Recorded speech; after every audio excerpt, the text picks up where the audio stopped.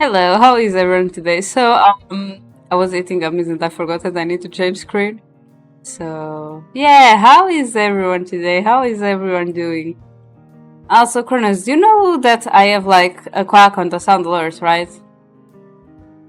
You know that, right? But yeah, Kronos joined the call to quacks, thinking he was quacking on stream and failing miserably because I have no Discord sound on the starting screen, neither mic on purpose. So yeah. But hi Kronos, hi Crow, hi Mina, how are the three of you? How is everyone doing? So yeah, I have a lot of comments to update though. But yeah. So today we are back with the stream. We are back with Dark Knights. And we are going for the romantic ending with Zikon. Let's hope nobody else dies, because we already lost Karatu and Shane. And we had to bury Shane, so... yeah. Mina, go rest. And eat. And stretch. Whenever you go sleep late, you always feel sick. You know that. Yeah, go rest. And without further delay, just switch and do and go.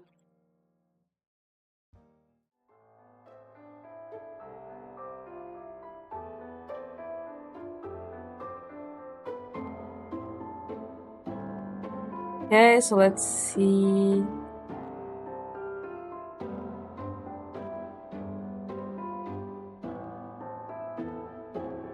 This one is new.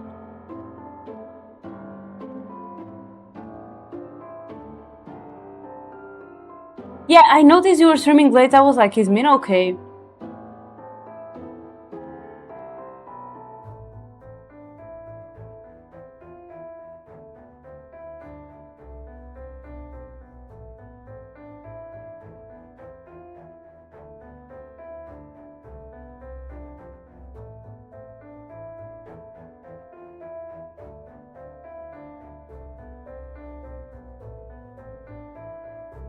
Okay, there is only one new here, and this is the one related to Shane.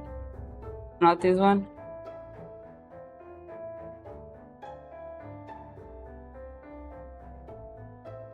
This one is new. Is Shane basically dying? There is two?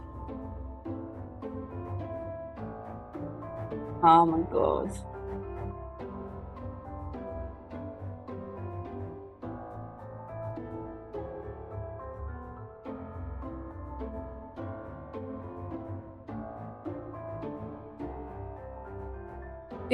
Be careful. He's a hunter. He's cold-hearted too. This is the set. I'll go back to the icon in a bit, Perna. Let me just see the rest of the damage. There is this one. This is Shane. This is Kaishi dying on the previous ending. This is Grotto being bullied. This is us fighting a horde of zombies with an umbrella and dying. This is us threatening Kaishi. And this is Akon being hurt and trying to heal as a demon. Yeah, here is Akon. Which one of them?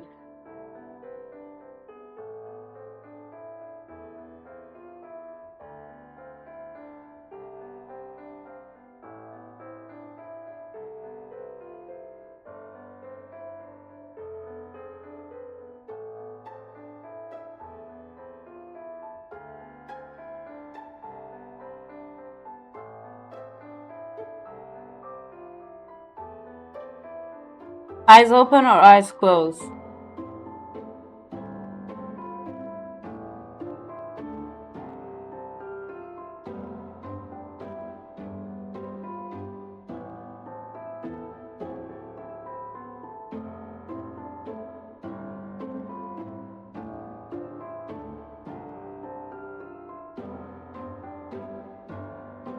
There.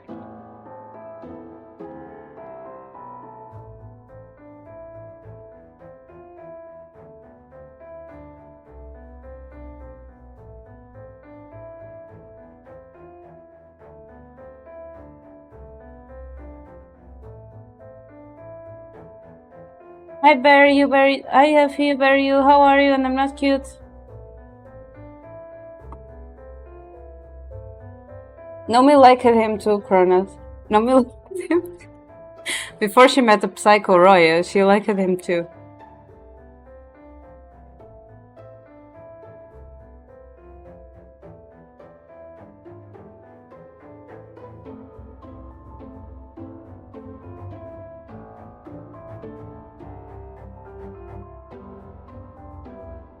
He's a demon, by the way.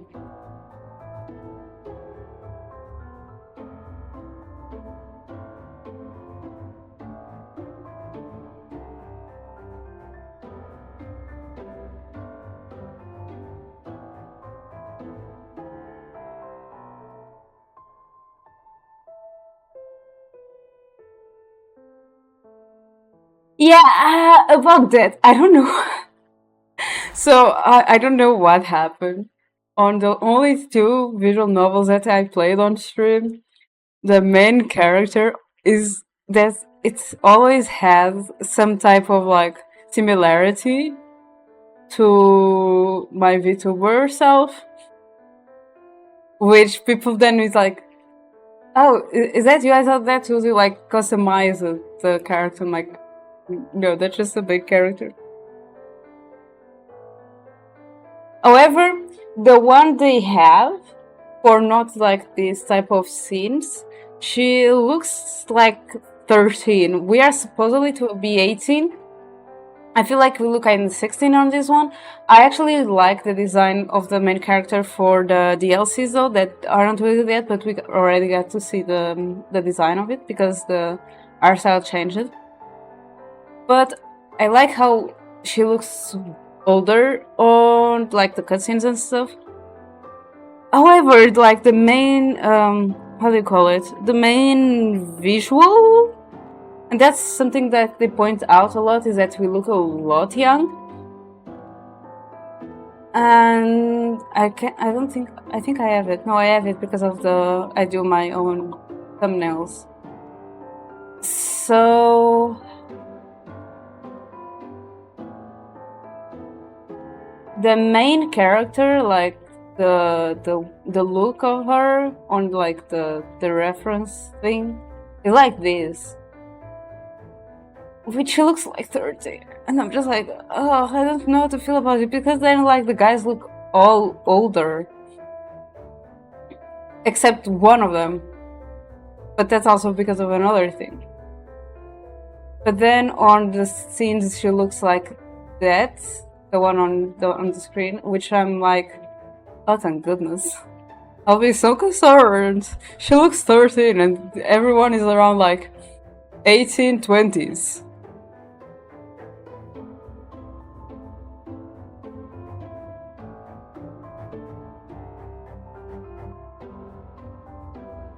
Oh wait, that was another thing. Here, she is here. She is this person here. I just noticed Kurasi is the only one smiling.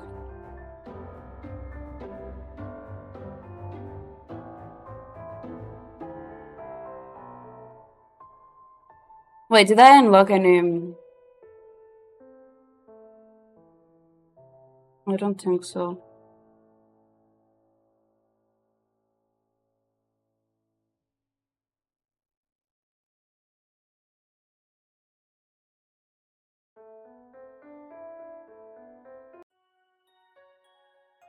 Today is the last day before vacation finally. Oh, before vacation finally, I can relax and focus on other things. So close to freedom. I'm looking forward to it. As I'm walking to class, I hear the same students talking. Guess what? The demon hunt has started. We caught a huge beast yesterday. It was wandering around the town, but we took it down before anyone got hurt.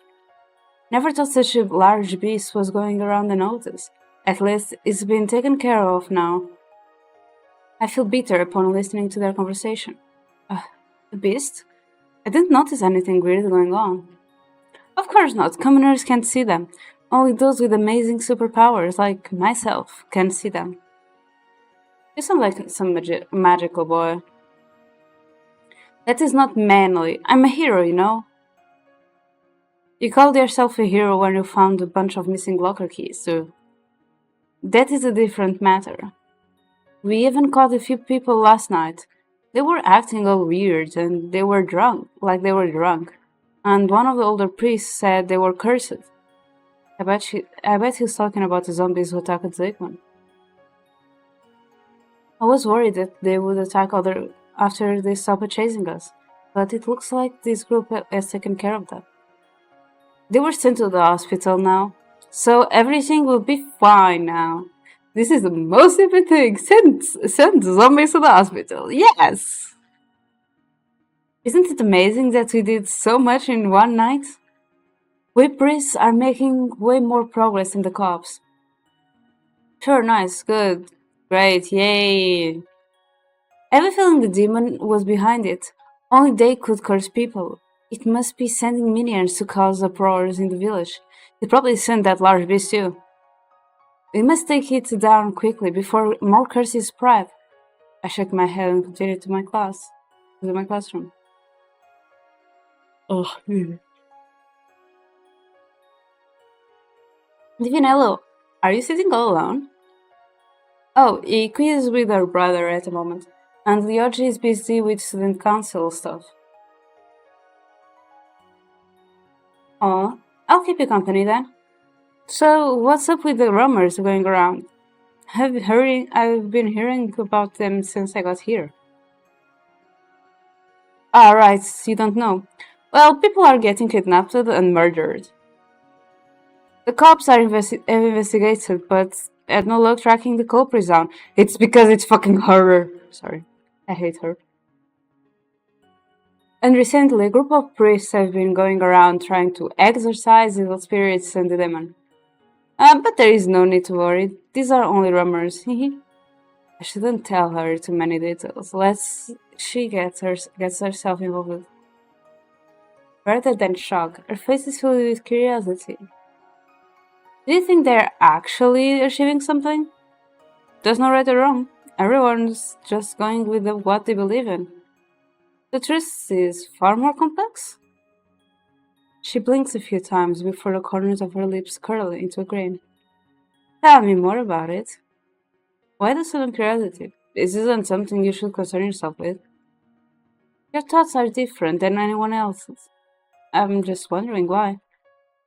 Maybe I'm thinking too much about it.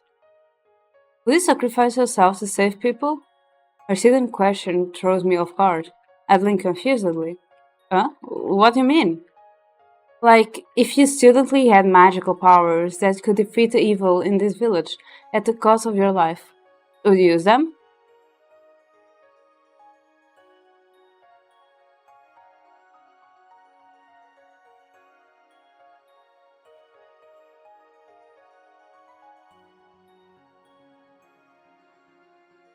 Yes, if many lives are saved.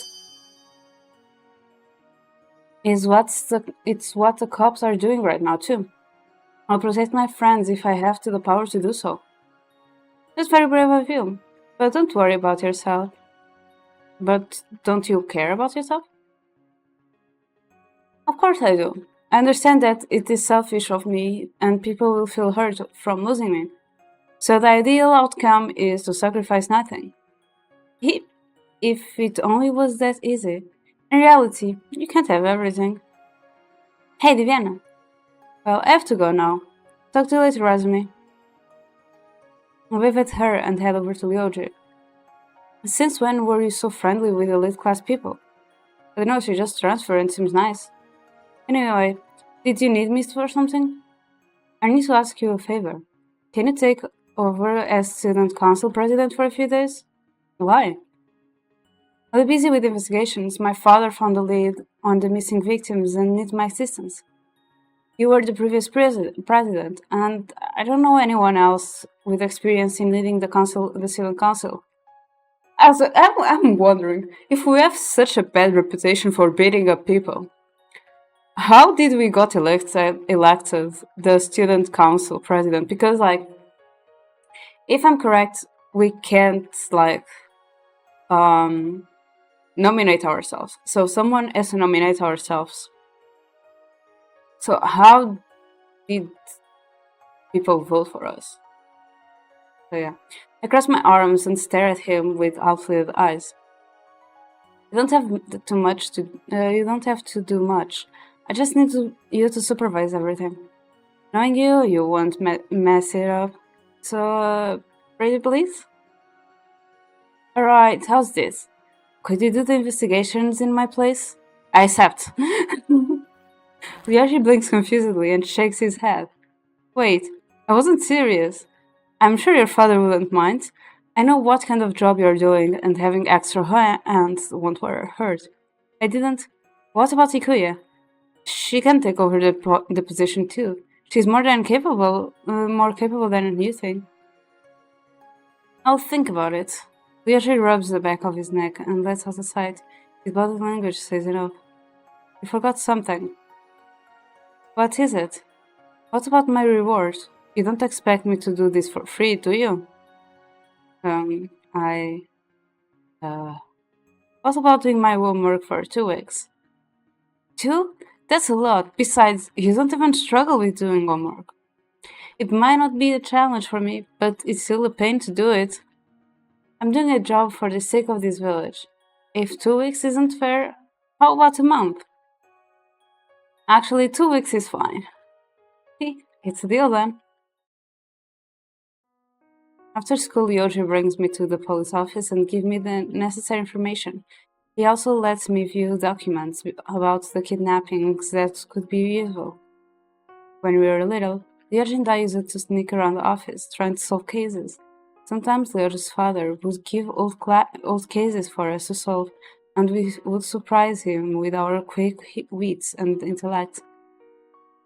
As Yoji grew older, he started to help his father more. Recently, he's even got permission to help out with investigations. A few hours later, as I'm leaving the office, Ryoshi hands me a small pouch. Handcuffs and pepper spray? Just in case. I can't give you guns or anything like that. Huh? Fair enough.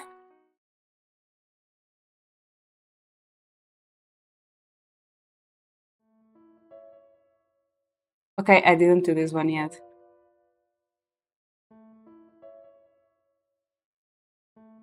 The title is the same.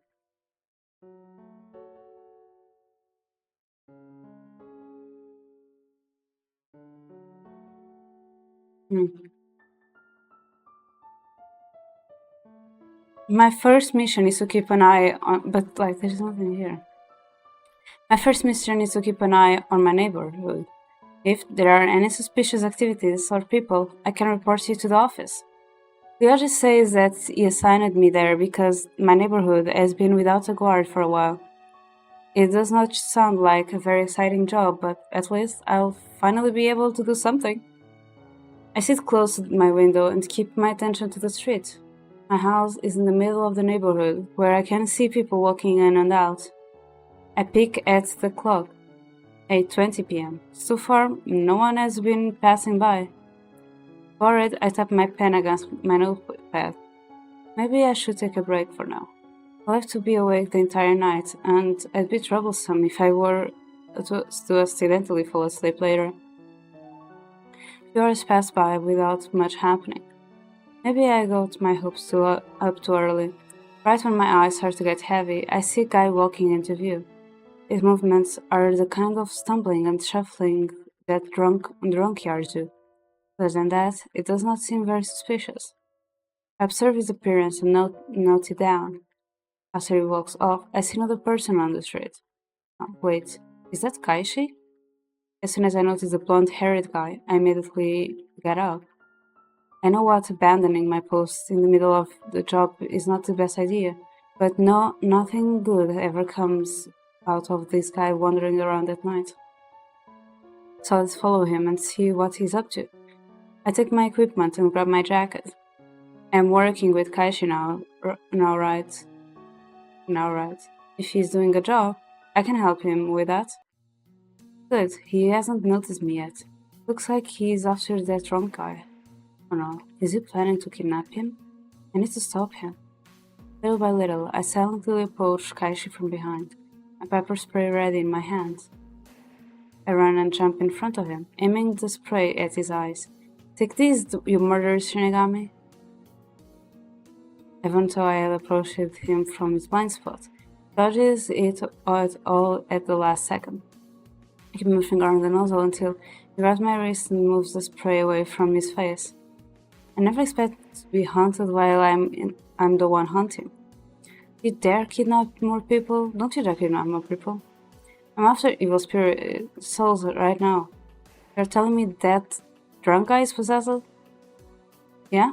It's only the first stage, so it's barely noticeable. I was lucky to come across one tonight. I raised my eyebrows and lowered the spray bottle. I'll give him the benefit of the doubt. I let him finish his job before demanding an explanation. We keep on walking while having a conversation. Since when were you after zombies? I thought you were only interested in cursed souls. There's that too, but these guys are messing with my job. Speaking of that, I'm even luckier to have found you so easily. You even come running right to me. What? I point to the pepper spray at him again. I don't do anything to you. Yet. That forest demon is keeping a closer eye on you, and I'm not looking for more trouble. Huh? Zekonis?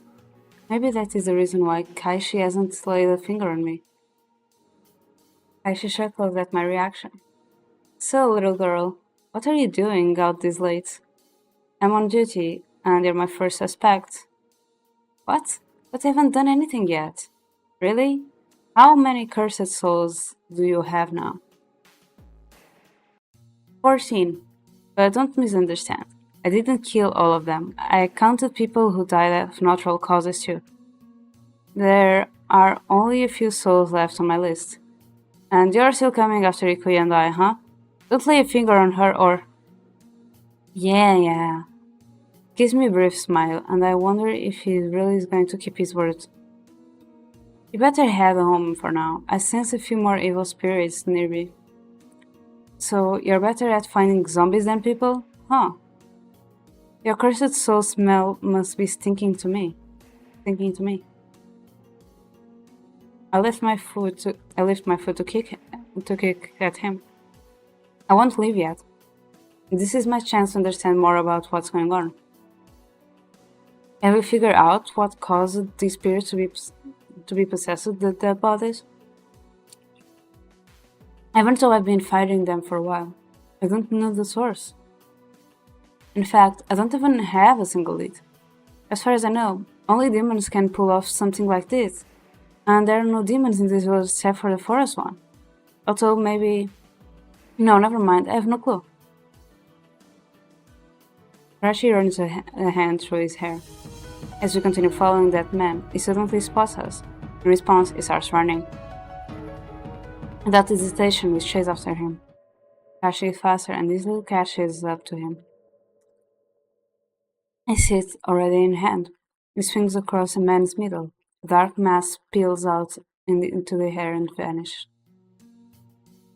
I stop in front of them, panting from the run. The body falls on the ground and stays still, despite the direct hit. There are no scratches on it. Was that thing a soul? Yeah, this guy was infected not too long ago, so his soul was still in his body. It was the only way to save him. Do you know how they get possessed? There are two possibilities.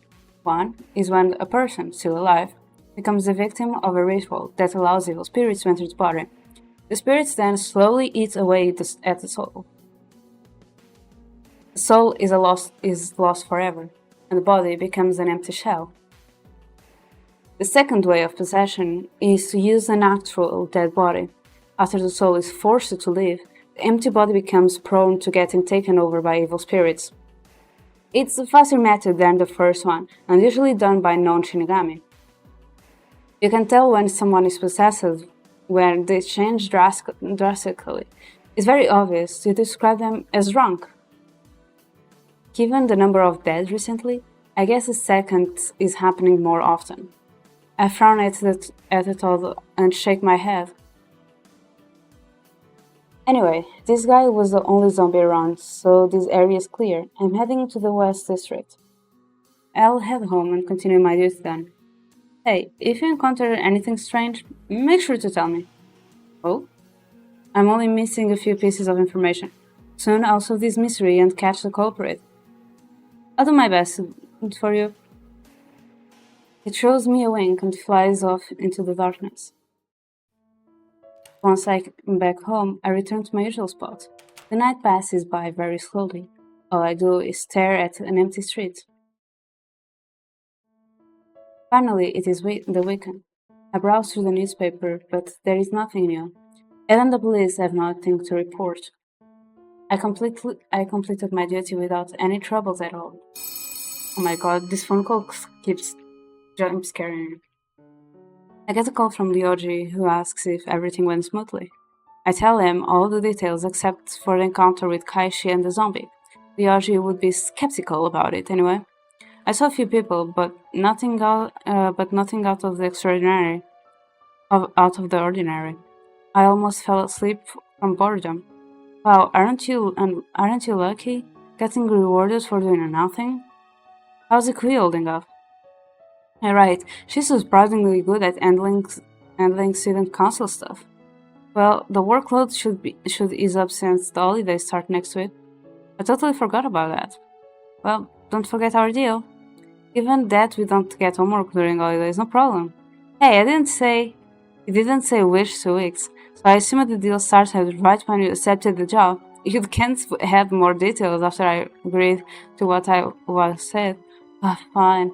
I lose this time. I hear shekels on the other side.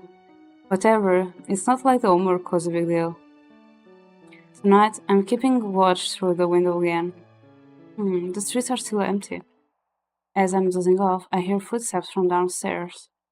The sudden noise makes me jolt in my seat, and I get up alarmed. What was that? After grabbing the umbrella from the table, I put my ear against the floor and focus on the footsteps. The sounds are soft, almost careful. I wonder if it's a burglar. It's highly possible during this time. Their moving speed surprises me. They go from room to room, as if they are walking through the walls. They move towards the stairs and suddenly slow down. I hear the sound of old creaking wood, as if someone is climbing. I carefully move out of my room and stand at a distance. Facing the stairs, I wait for something to happen, to appear, but nobody comes up. I feel a cold chill running down my spine as my eyes stare at empty space. I was sure someone was going upstairs. Did I imagine it? The footsteps continue, but now they are behind me. I immediately turn around and grasp my umbrella tightly. The boy stands there, watching me with wide eyes. Oh my goodness. Shocked, I trip over my own feet and fall backwards. Even though the fall hurt, I quickly scramble to my feet and hold my makeshift weapon in front of me. My heart beats faster when I do not see anyone around. This is starting to get creepy. Maybe I'm imagining things? Ah, where did you go? The sound of footsteps is coming from the first floor again. It is almost like I landed in an horror movie. This time when I look at the staircase again, I see something. A boy crawled upstairs using his arms. His lower half is missing. Trick or illusion? My body is frozen as this creepy scene plays before my eyes. The boy lifts his chin and looks straight at me. Found you. As soon as I hear his words, the boy starts crawling faster. I scream and throw the umbrella at him before running back to my room. Everything happened so fast, it felt like my body moved on its own. My heart is racing as I lean back against the door. Sure, there was a ghost. Like, I haven't seen enough weird things yet. Wait a second, Kashi said that otherworldly creatures are attracted to cursed souls. I turn my head and meet the gaze of the boy staring at me through my bedroom window. He knocks on the glass. I quickly close the curtains. I sit down at the desk, still feeling restless. My eyes are fixed on the window. Suddenly, I hear the sound of something being unlocked. And tell me his shadow is projected on the curtain, showing his hand reaching towards the window. My mind tells me to run away.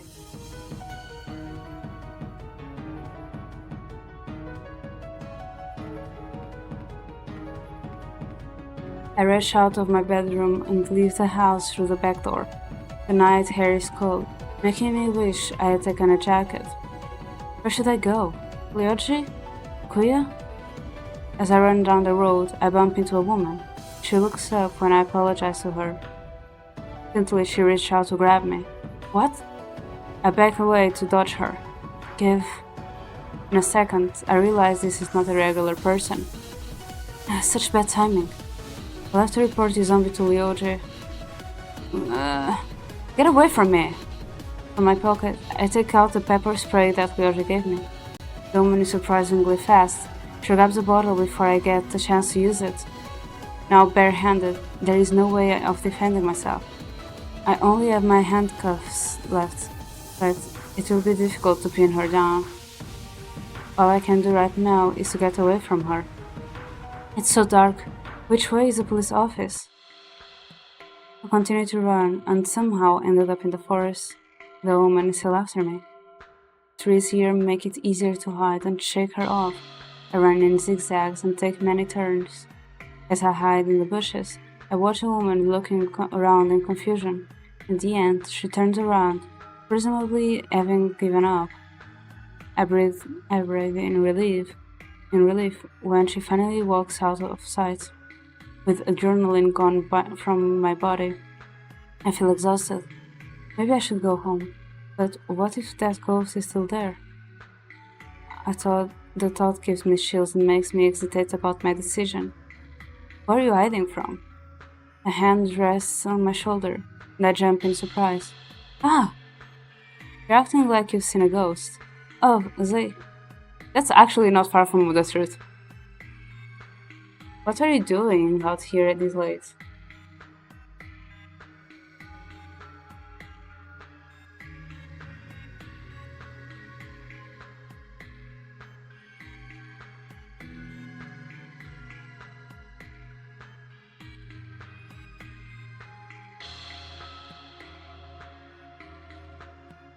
I was being chased by a zombie woman.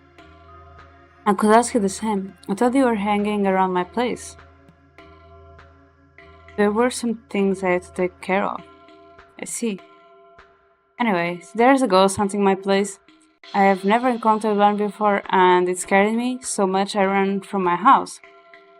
Did I come to check? My eyes light up as is offered and I pull his sleeve. I guide Zeke into my place. We search every room and corner, but the boy from before is nowhere to be found. Now that's cleared up, I shall take my leave. Wait. I want to ask him to stay, but I am still not at ease after everything that happened tonight. He looks at me in silence before letting out a sigh. I cannot be happier when he decides to keep me company. What have you been doing these days? You seem so busy. I could say the same about you. You're going out quite often at night, putting yourself in danger recklessly. I took a job to keep an eye on the neighborhood. Going out wasn't part of the plan, things just happened. Deacon shakes his head. He reaches out his hand and gently strokes my head. I blink at his gesture. Your curiosity is a force of nature sometimes, but will you listen to me for once? I don't want to restrain your actions, but you're making it difficult for me. Well, the activities of corrupted spirits are increasing. It is highly likely that more will flock to you. It's hard to investigate the source and keep an eye on you at the same time. I don't have to be constantly worshipped, I'm not that fragile. Deacon pulls back his hand and looks at me with narrowed eyes. I know I wouldn't be here if you hadn't saved me so many times. I'm sorry to make you worry. I know that my comment, but his expression is still stern. Sorry. Today is Sunday, my day off. When I wake up, Zekon has already left. I'm thankful that he stayed here for the night. I report a zombie woman to the office. Hopefully, they are able to catch her soon. Though I do not know how they are going to deal with the zombies, though. So far, they were only seen at night, but I have a fair guess that they're active during the day as well. I have no clue where they could be hiding. To make sure I am prepared this time, I tried to gather information. I head to the library and looked through the archives for similar events. There used to be a laboratory in this village, but it was shut down a long time ago. Perhaps a scientific explanation won't help. I'm dealing with demons and other supernatural creatures after all. Maybe I should ask the priests? The only useful information I can find is how to kill zombies. Individually, they are easy to defeat, however, they pose a threat in larger groups. I'm glad to have a Shinigami and a demon on my side. We should be able to take them on together. Even though it is my day off, I feel motivated to work harder. I ended up spending hours in the library. There is nothing on this shelf. I thought I would at least find something in the history section. I should think outside the box. Viviana, try the fiction corner or watch TV. It might give you some ideas. I hear a familiar voice calling me and turn around. Razumi walks over and greets me with a tight hug. Nice to see you here. Try to keep your voice down. You scared me back there. There is barely anyone around. Anyway, what's up? I felt like going to the mall, but it wasn't as fun as I thought. Shopping alone is so boring. There's nobody to tell me how I look in new outfits, and shop assistants are not reliable. They either say I look good in everything, or try to find something else in the store that will suit me. Why don't you ask your friends to tag along? She frowns a bit, but then changes her expression as she looks at me. You'll make a great shopping buddy. What? Despite my protests, I get dragged into shopping with her. On second thought, I might need some fresh air after spending time inside all day. Can we get rid of her? By the time we are done, it is already evening. I plan to continue investigation, but Razumi ends up sticking on my side on the way home. Coincidentally, we head in the same direction. Where do you live, Razumi? I haven't memorized my address, haha. It's only been a short while since I moved to this village. If you turn left at the end of this road and head straight, then take the second left turn, you will reach my place. That's close to the park. There are missing posters on walls and posts along the road. Each time someone is discovered, their faces are removed. These have been around for a while, and more have piled up recently. Noticing my gaze, Razumi stops and turns to the posters. She narrows her eyes and slightly tilts her head while staring at the image. These people, they recognize anyone? They look so familiar. I think I've seen them around here before. Where? When I left home. I saw this person in the park. I recognize his face, though he didn't have a nose at that time. He definitely looks better in the photo. I have a weird feeling in my gut. I'm heading to the park. Oh, wait up! I search through the park, but I do not catch any familiar faces. Dude, they go into hiding when I'm looking for them, and then appear when I'm not. Why are you so worked up? The police will find them. I took a job as an investigator temporarily. I have to identify these people and report them. It's been a few days, and there is no progress. Oh, I see. Let me help. I will let you know if I see any of those people again. Just then, someone approaches us. Unexpectedly, it is Kaishi. Yo, fancy seeing you here. Hey Kaishi, what brings you here? Huh, Kaishi? Razumi looks at him with narrowed eyes. Realizes that she has never met this older version of him, only the younger one.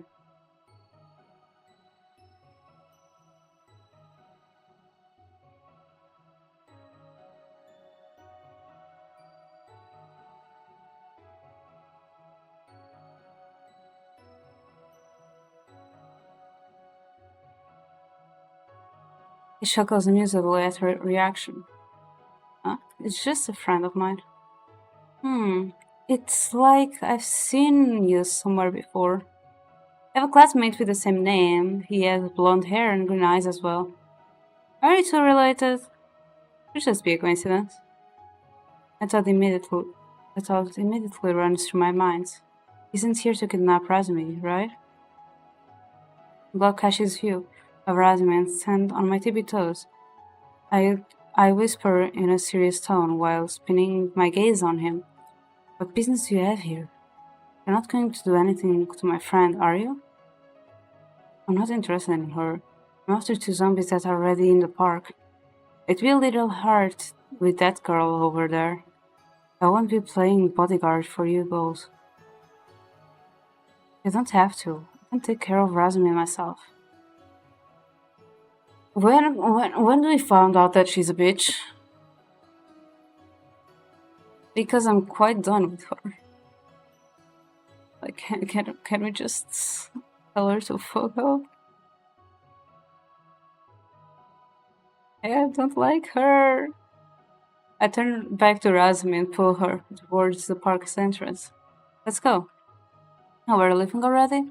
I thought you wanted to look for the missing people. Perhaps they are gone. We should look elsewhere.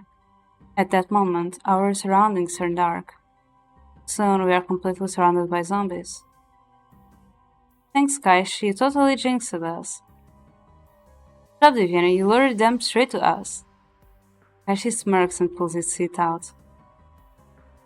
He springs immediately into action and fights with them. I try to take Razumi to a safer place, but she stands there staring in awe. But she's shocked. They shocked? What can I do to get her to move? Razumi, this is not real. You're just dreaming about the Shinigami fighting with zombies. That's appeared out of nowhere. Is he a Shinigami? While we are distracted, one of the zombies head towards us. Do not notice until they are only a few feet away. One of them bares their teeth, attempting to bite one of us.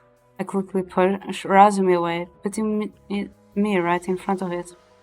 Something grasps my left arm roughly, and the dual pressure presses into my skin.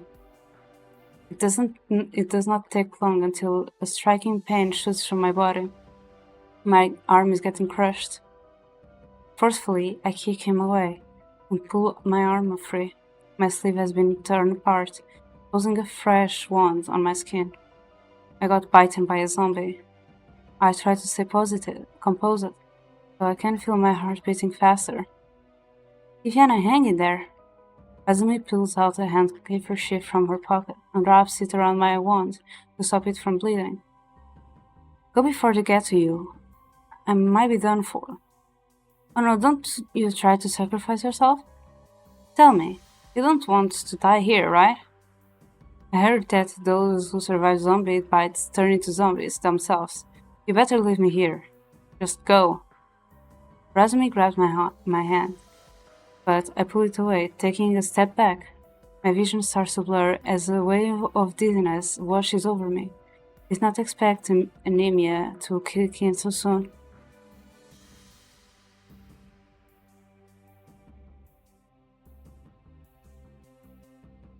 Razumi looks at me with pained eyes, then shakes her head. After a moment of contemplation, she takes out a small bottle from her pocket and pours its contents over my wound. The color changes when it touches my skin. I cannot tell what kind of fluid it is. This is an emergency medicine I developed. I hope it works. Due to shock, I cannot comprehend what is going on. I feel a sensation coursing through my body before I black out.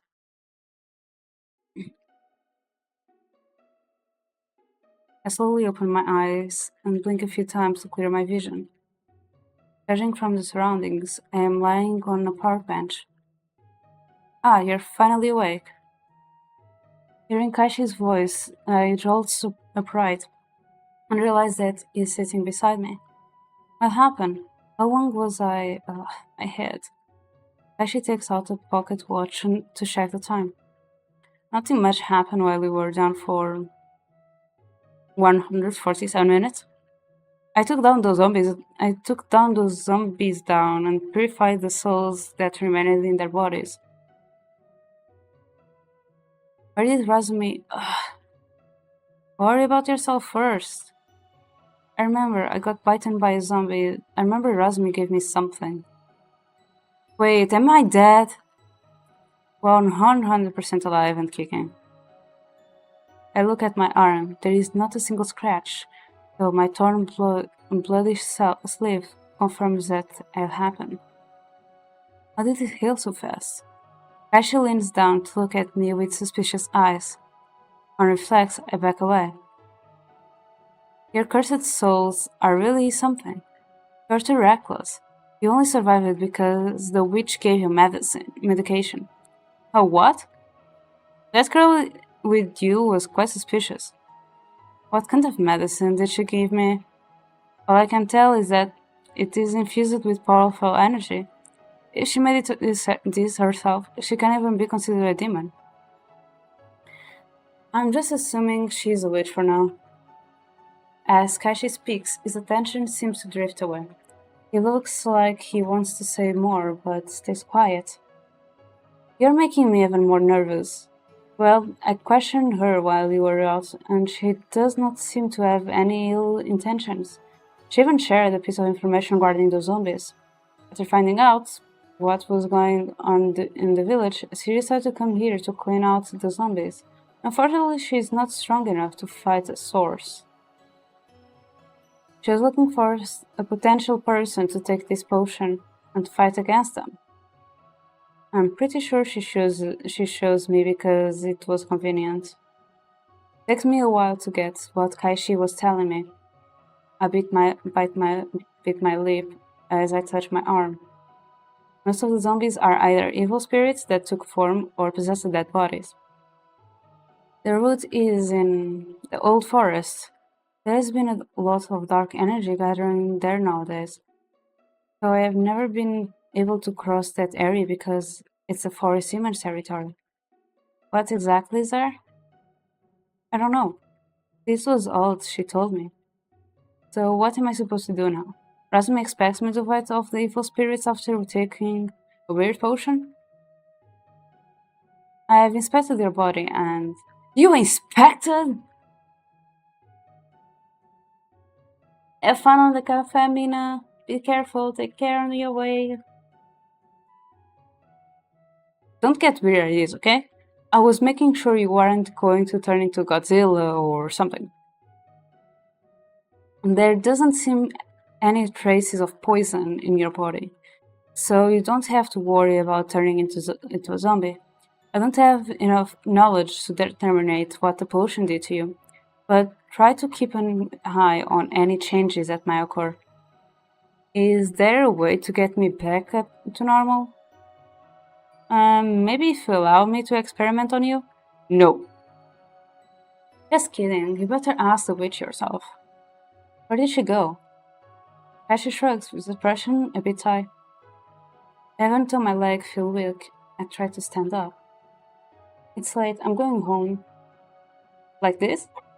You look like you're about to get blown away by the wind. I shoot him a glare and walk away from him, ignoring his words. I stick close to the walls in case I lose my balance. I can faintly hear footsteps behind me. Don't you have anything better to do instead of following me? The night is young. I still have time before I chase down another soul. Well, do whatever you want, but don't stick around me. You're so cold. What have I ever done to you? Let's see, attempted kidnapping of 2 minors, homicide, murder, kidnapping again. Should I listen more? Well, for the rest of the walk, he follows behind quietly. When I reach my home, I slam the door closed after he can hint before he can enter. Slowly but steadily, I walk to my room. I peek through the curtains. Kaishi is still standing by the road. As long as he remains outside, I guess I do not have to worry about him too much. Oh dear, I feel hot. Hopefully I'm not getting a fever. Other than that, I don't see any noticeable changes in my body. I really hope what Razumi gave me was just a healing potion. I look at where I had been bitten back then. I run my fingers along the skin, trying to remember the sensation I had felt. I'm glad that I didn't turn into a zombie. It would be difficult to report to Lyoja about the zombies, but I should at least tell him that the park isn't a safe place at the moment.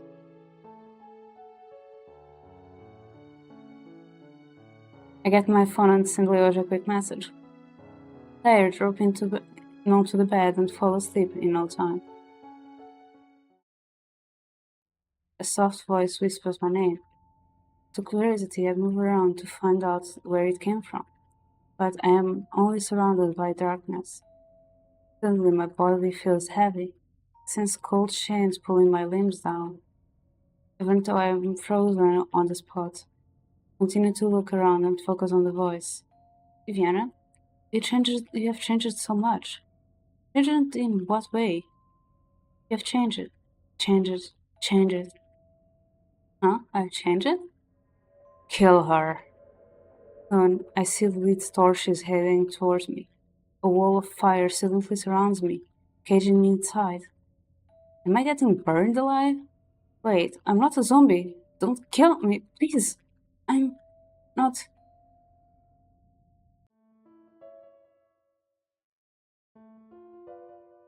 As soon as I open my eyes, I realize that I'm still in bed. I'm sorry, I'm getting.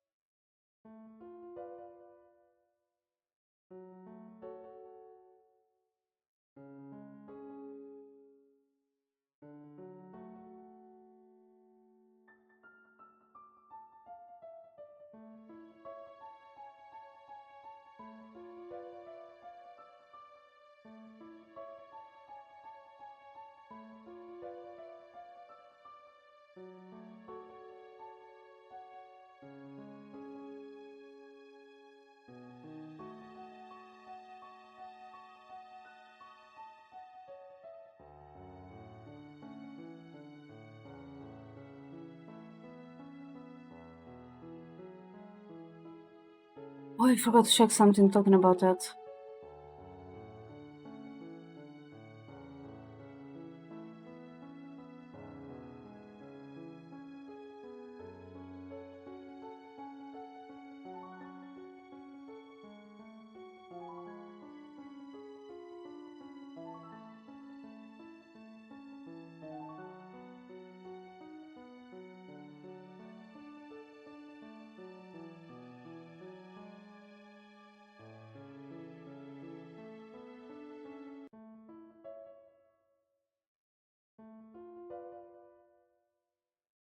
Yeah. My body is covered in sweat, and I notice my blanket is on the floor. I slowly sit up and open the curtains. The sun has not even risen yet. It must be early. Not feeling like staying in bed any longer, I get up and head to the kitchen. I do not really feel hungry, but maybe eating something will do me some good. Nothing beats toast with crispy bacon and melted cheese. While chewing on food, I pick up the newspaper from the door and browse through it.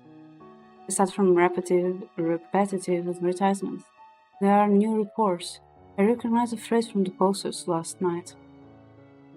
I'll report that they are already dead, but I have no proof since the bodies have been taken care of.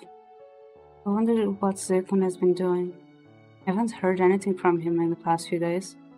I remember what Kaishi told me yesterday about the source coming from the forest.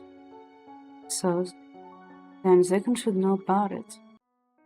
Finish up my meal and decide to pay a visit to the forest. It will be okay to move around in daylight.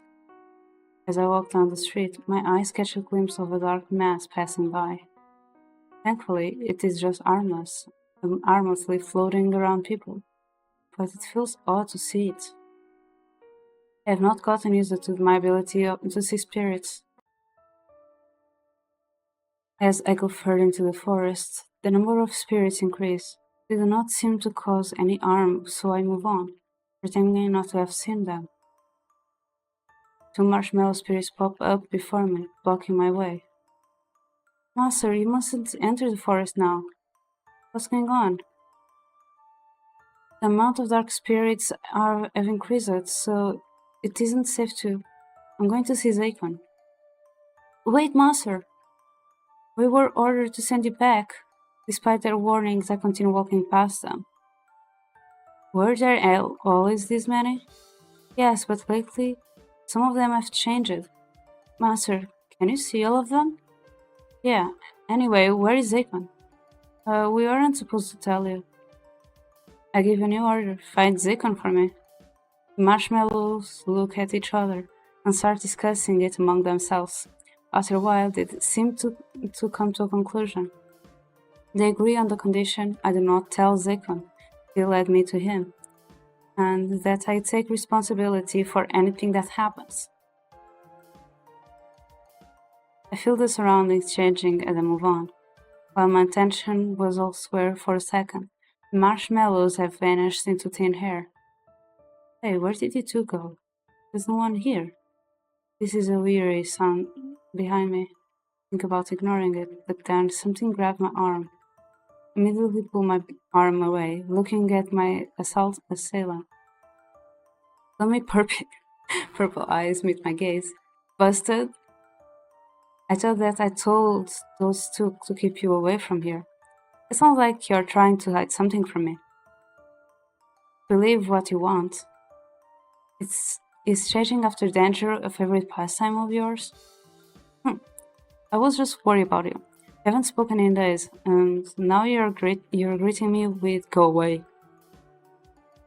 I don't know if you figured it out yet, but I want to tell you something about the forest. I hear a sharp intake of breath from his direction. My voice fades when I see his expression darkening. He folds his arms and approaches me slowly. On reflex, I step back. Did I go too far? Keep moving back as I can get closer. Soon my back hits a tree. Before I realize it, I have cornered myself.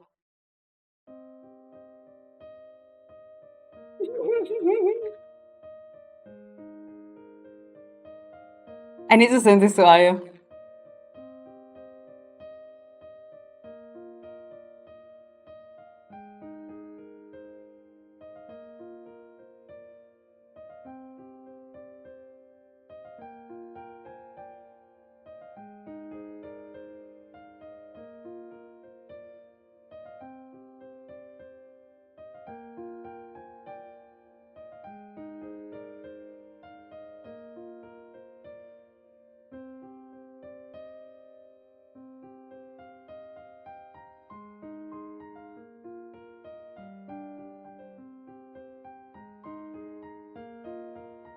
Zakon holds my wrist and pressed down against the trunk.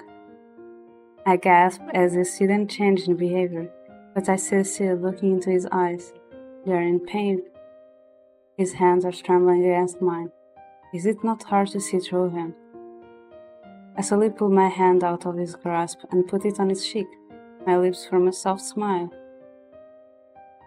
He frowns in confusion, and I feel his grip on my other wrist loosen. He lowers his shoulders and softens his expression. Multiple emotions are written on his face. I wonder what is going through his mind. He pulls back immediately and turns away from me. Simply, he lets out a small groan. Bringing his hands to his head, I notice a faint hint of dark aura around him. Has he been possessed by evil spirits? He almost loses his balance and sinks down to his knees. Horns go from his head while he creates his seed. This sudden transformation surprises me. The dark power around him pulses. After struggling for a short while, he keels over and stops moving. Slowly, I go closer to check on him. I'm relieved to see he is still breathing. I call his name, but he does not react. I never knew Zekon was struggling with his physical condition. He must have been working so hard to hide this from me. I need to get him to the temple. Few spirits appear around us, surrounding Zekon's body. They seem to lift his body up. I cannot be happier to receive some help. The spirits lead the way. On our way there, I noticed some dark masses watching us from a distance. I think they are staying away because of me. I thought this forest is only filled with pure spirits. Did these dark ones end up here? Once we reach the temple, the spirits that carried him here disperse, put Zekon in a photon and sit beside him. I take off my jacket and place it on top of him as an extra cover. Memories flash through my mind as I softly brush my hand over his cheek. That's so distant, but when we talk or sit next to each other, he always has a warm look in his eyes. I've never worried so much for someone. As he sleeps soundlessly, he reverts back to his human form. I can tell he's recovering. Come on, it starts raining. I'm glad I got here in time. Months later, Zekon opens his eyes. He immediately shifts his gaze to me. Once he examines his surroundings, he slowly sits up. You're finally awake. You had me worried, Har. He rubs his head and mumbles to himself. Tell me, are dark spirits taking over your body? Perhaps. I've been around them too much. How did that happen to you? That is none of your concern. Even though they try to affect me, I still have control. Why did they not run away from me when you sensed something was off? I don't want to leave you alone. He frowns at my answer and turns away. I want to say more, but he does not seem to be in the mood to talk. He wipes sweat off his forehead as it takes time to regain his energy. I raise my hand and touch his back, a place full of scars. He returns to look. Our eyes meet. Why do you care so much about me? Because you helped and supported me during hard times. I'm not obligated to return the favor. Hanging around me won't do you any good. I'm not showing you any pity, and I'm free to do what I want. It just pains me to see what you're going through, carrying everything on your shoulders alone. I'm doing my best to do my part in the village, if that helps ease the burden a bit. Your faith in the villagers may be a little, but I hope you can trust me. I know it's selfish of me, and I'm sorry if it's a bother.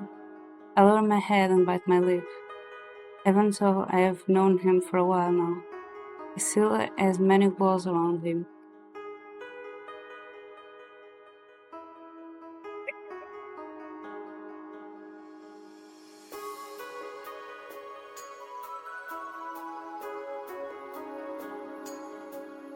I might have been approaching him in the wrong way. In that case, I should really stop bothering him. Then I feel Zekon's arm wrapping around me. He pulls me closer until I feel the warmth of his body. Although it feels comfortable, I'm confused. You keep insisting to help, but I don't want to make use of you. This body in my arms is so fragile. I don't know what will make it break. You're already doing enough. I don't need to ask more of you. I hold my breath as I hear his whispers. My hand clutches his shirt as I rest my chin on his broad shoulder. Before I can reply, his body sags on me, then nearly fall back. Huh, Zekon? I pull back and notice he has collapsed again. I put him back in the futon and watch over him once again. I must find the source as soon as possible, and have Razmi tell me how to expel it. My heart is still racing from what Zaykan just told me. Now, I know for sure I cannot leave his side.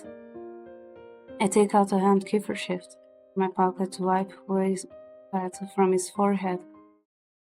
The moment my fingers touch him, a scene flashes before my eyes. My thoughts are easy. Feels like I'm dreaming. Every night, Zaykan patrolled through the forest, mostly checking on the spirits.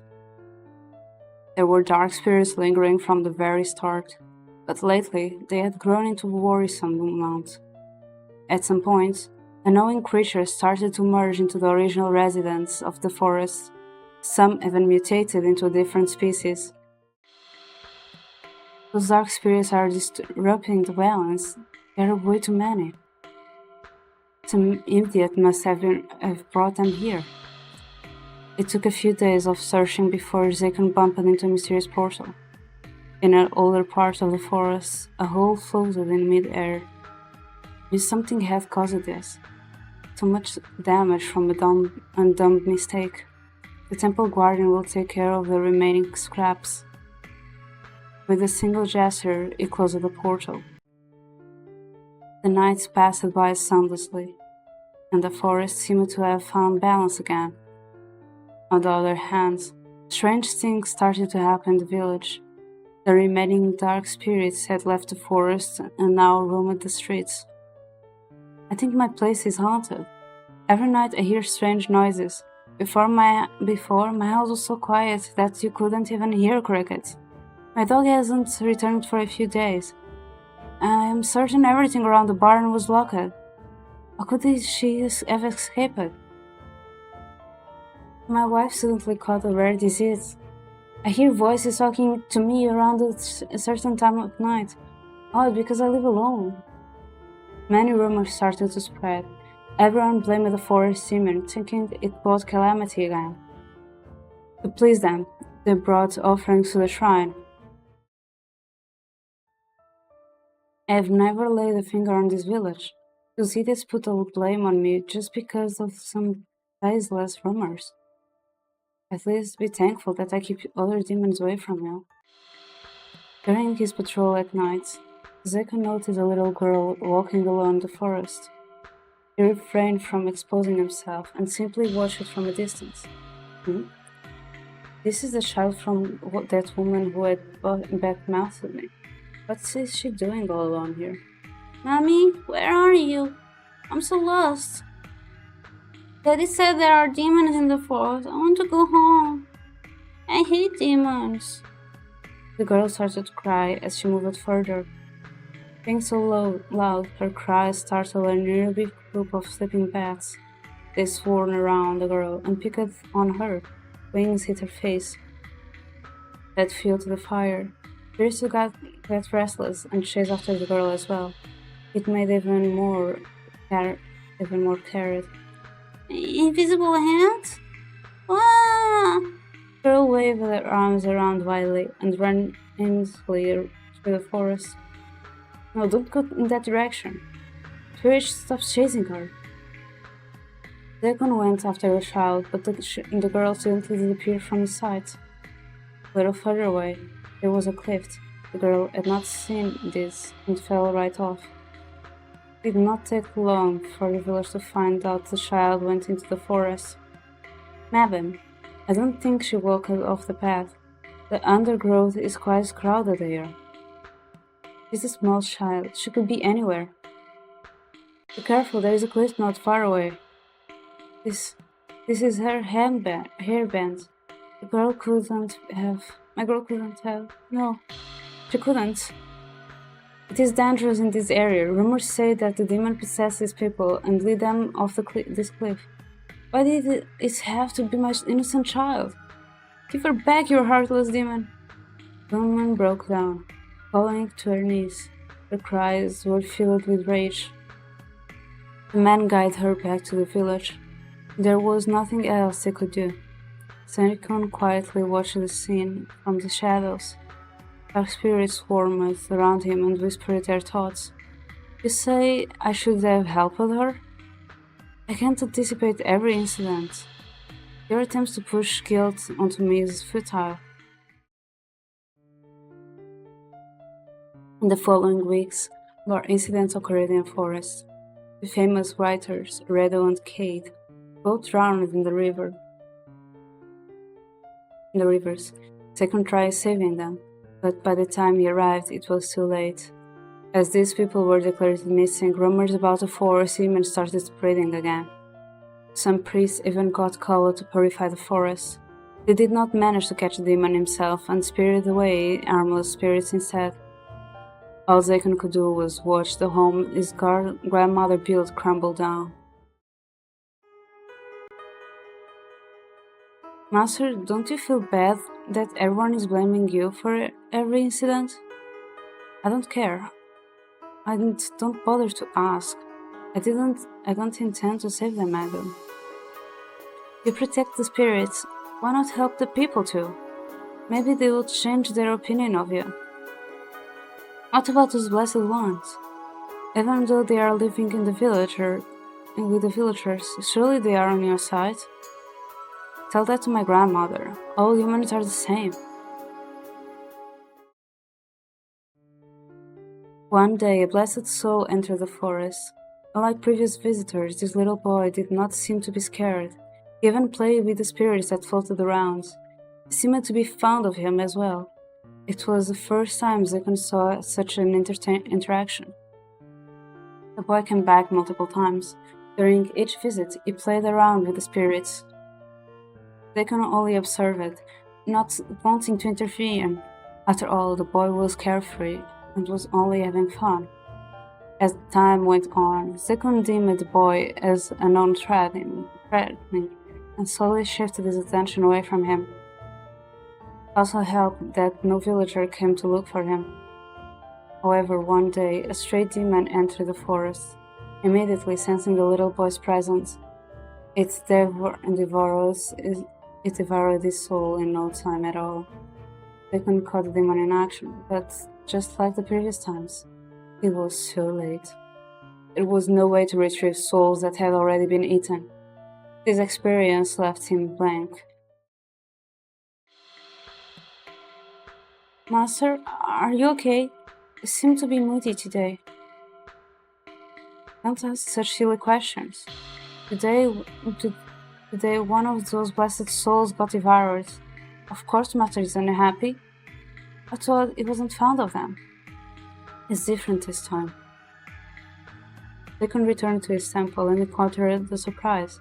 The whole building was plastered with white charms.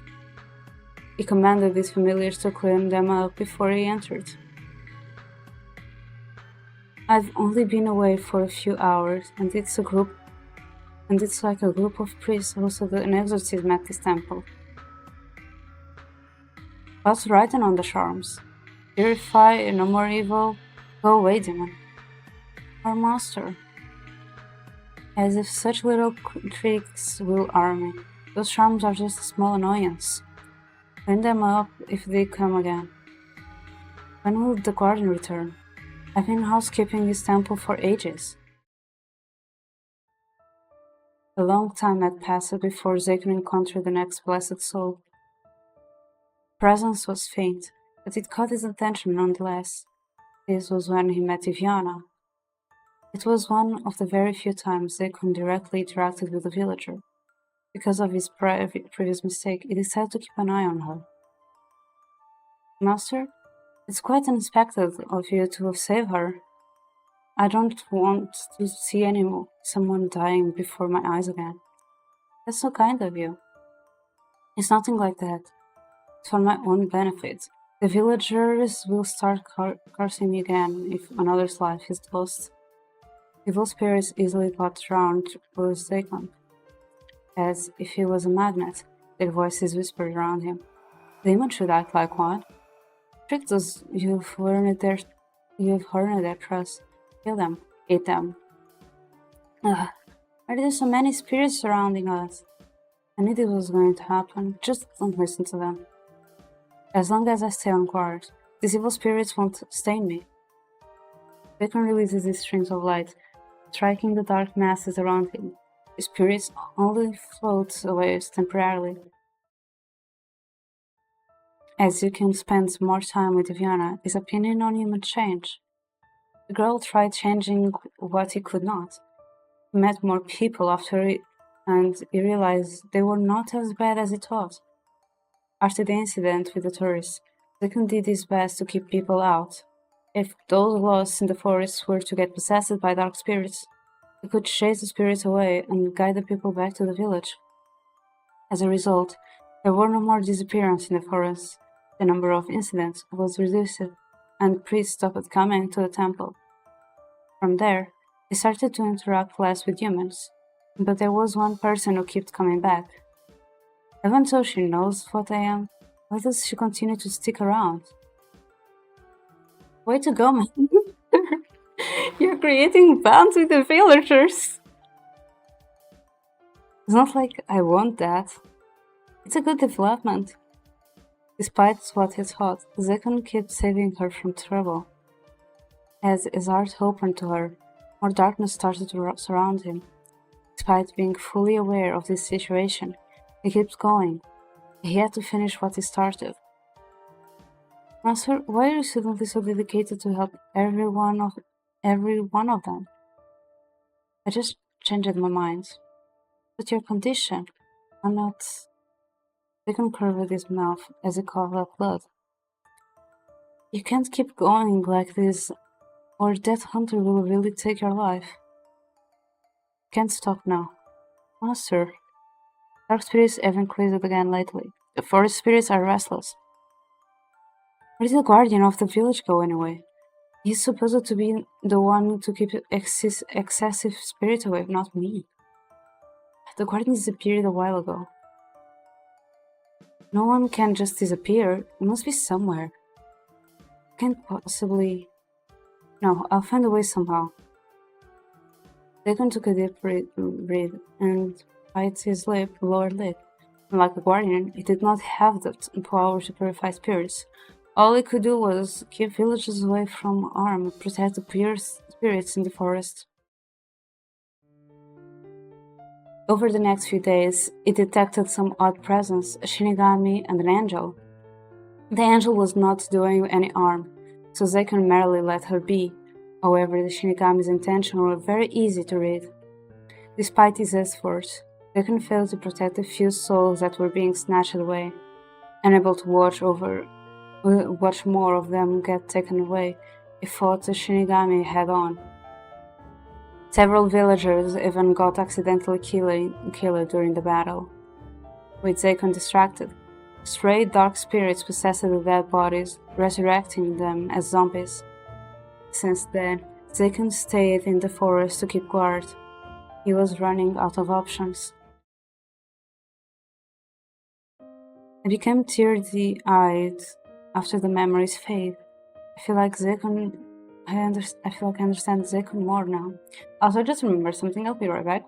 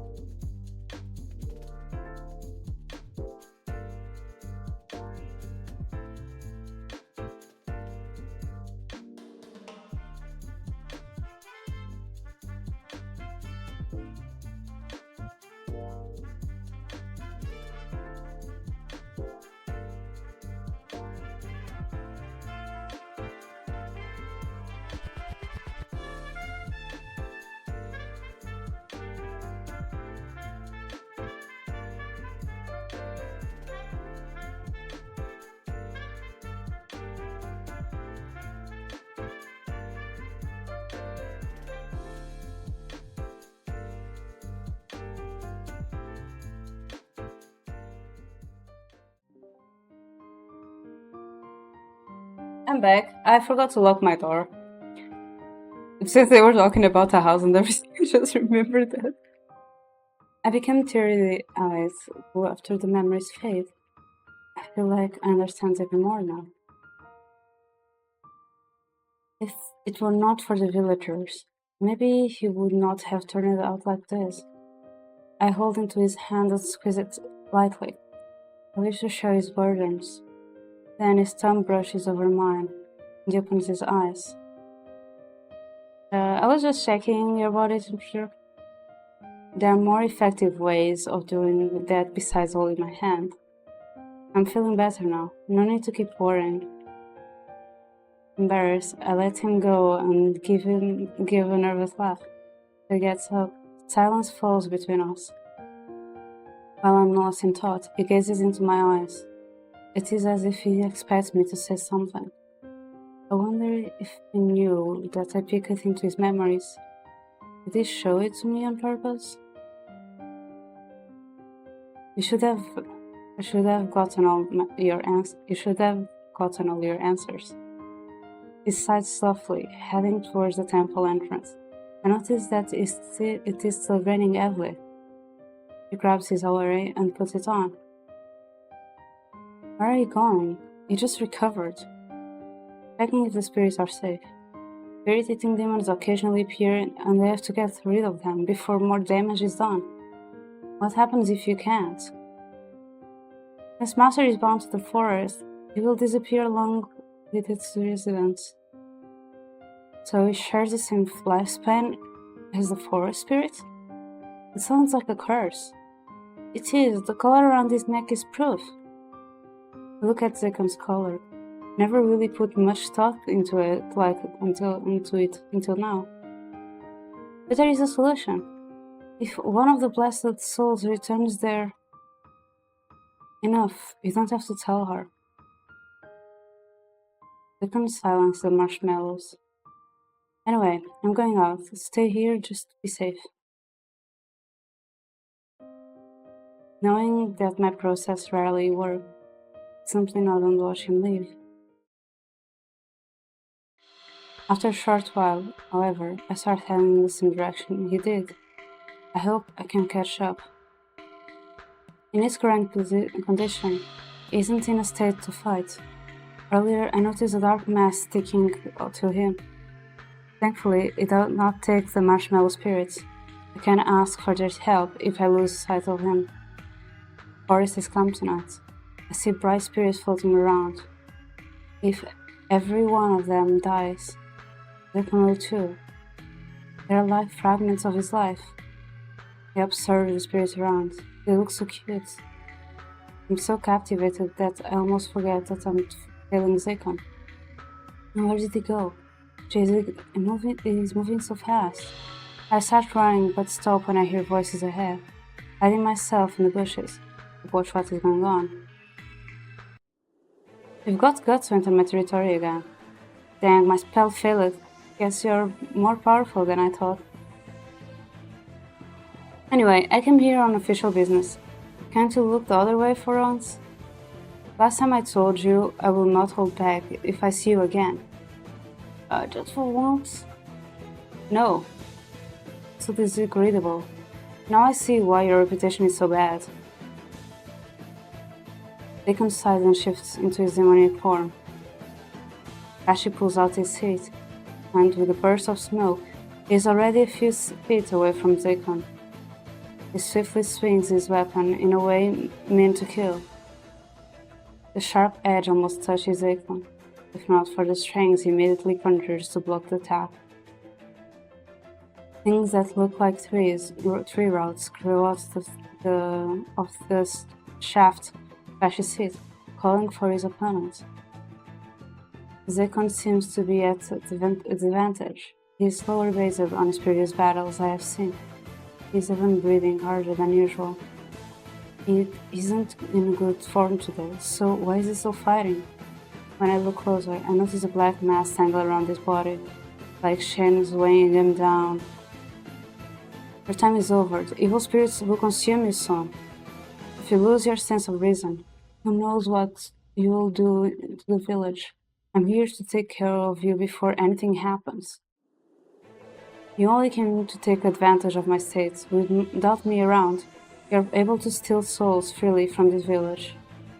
I'm just here to make sure there will still be souls around to take. This brings me back to the battle between Zekun and Shan. Ended badly on both sides, all because of a misunderstanding. I managed to get a hold on Kaishi's weapon. I follow the flow of the battle with my eyes, waiting patiently. When the right moment comes, I clench my hands and go out from my hiding place. While Kaishi is busy holding off Zekun, I reach for his seat. Unknowingly, his weapon started moving on its own.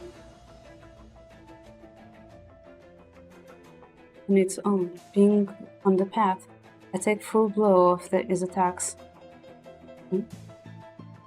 All hair is knocked out of my lungs, and my body gets thrown aside. Feels like I had been hit by a car. A second later, a pair of arms embrace my torso. I gaze up at Zekun. It is the first time I have seen his devastated expression. Everything is hazy and numb, and I do not understand the situation until I look down. There is no blood or ripped skin, just a ghostly-looking area. I feel no pain at all.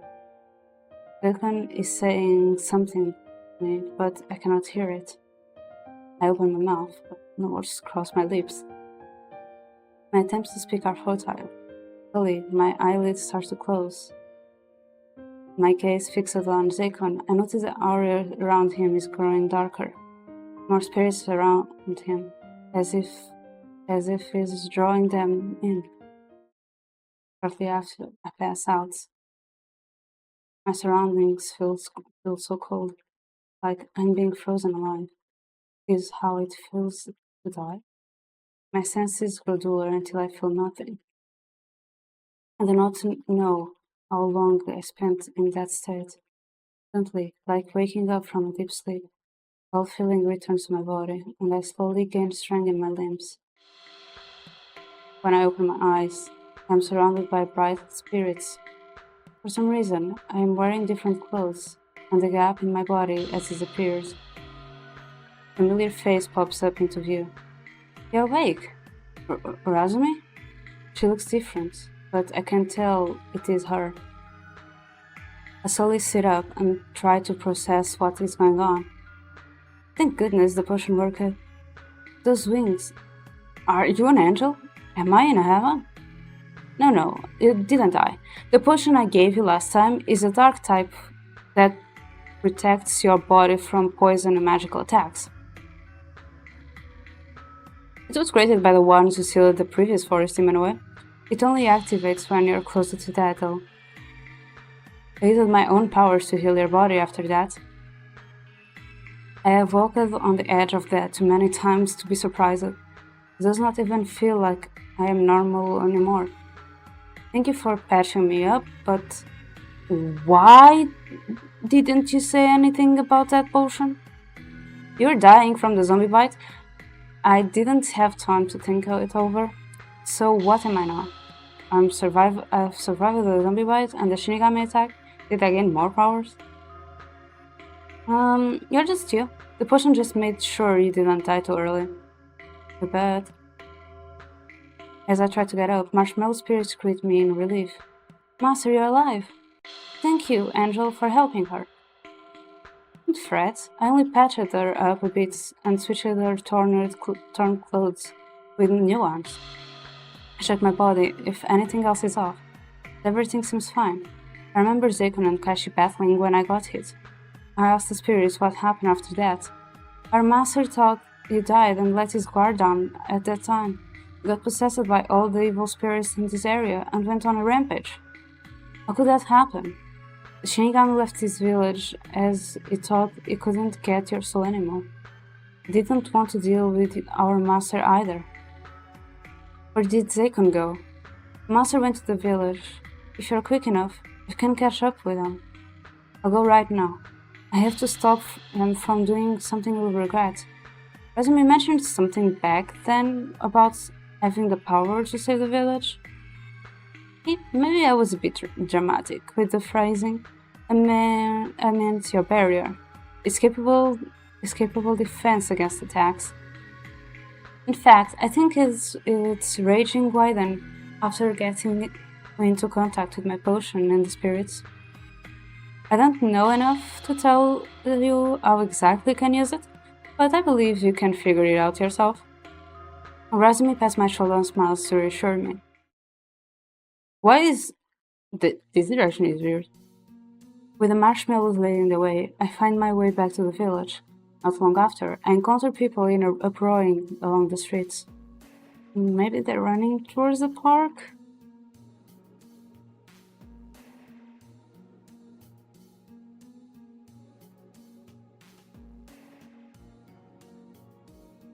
When I reach the park, there is a group of priests already gathered there. I hide nearby to eavesdrop on their conversation. Really, I saw the demon. It devoured my neighbor right before my eyes. I couldn't have imagined it. So it came down to this. Don't worry, we're all gathered here to cast it away.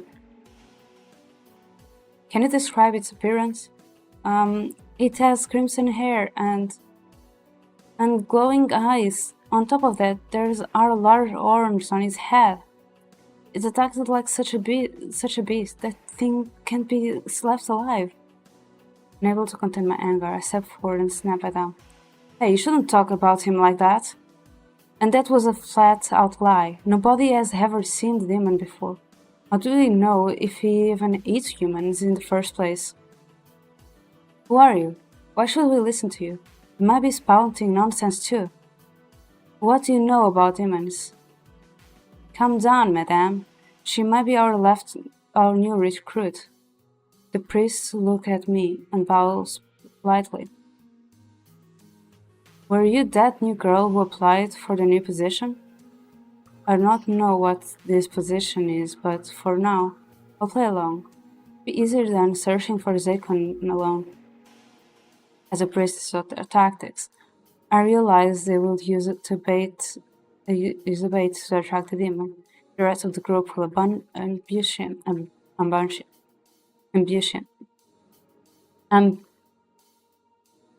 I can't say the word.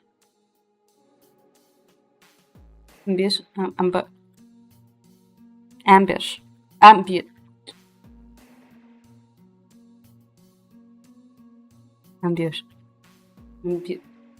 I can't say the word. Why? Ambush.